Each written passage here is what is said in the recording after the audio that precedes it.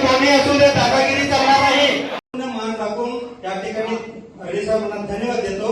आता पुढील घोषणा आपल्या सर्वांनी द्यायचा आहे। भारतीय जनता पार्टीचा जत तालुक्यातील भूमिपुत्राचा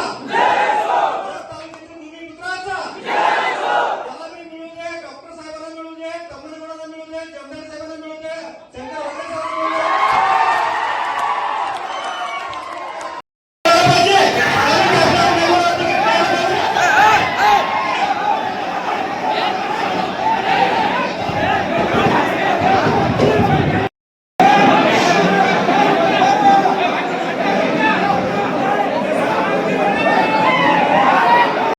दोन दिवसापूर्वी आमचे ज्येष्ठ नेते आदरणीय हरी डॉक्टरांच्या ऑफिसमध्ये प्रभाकर भाऊ आणि आपले प्रवासी प्रभारी रमेश देशपांडे सरांनी बूथ प्रमुखांची, शक्ती केंद्र प्रमुखांची इथं बैठक घ्यायचं त्यांनी नियोजन केलेलं होतं।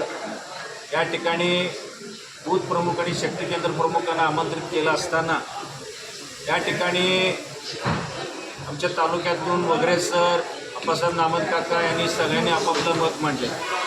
त्या ठिकाणी 25-30 वर्ष झाला भारतीय जनता पक्षाचे काम करणारे DS कोटे नावाचे व्यक्ती त्यांचे मत मांडत असताना काही लोक भूमिपुत्रच का या विषयावर दंगा केले।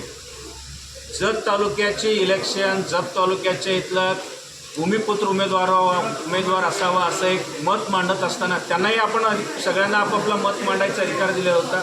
भूमिपुत्र पाहिजे या विषयावर मत मांडताना DS कोटेनं थांबवण्यात आला, त्यात वादावाद झाला।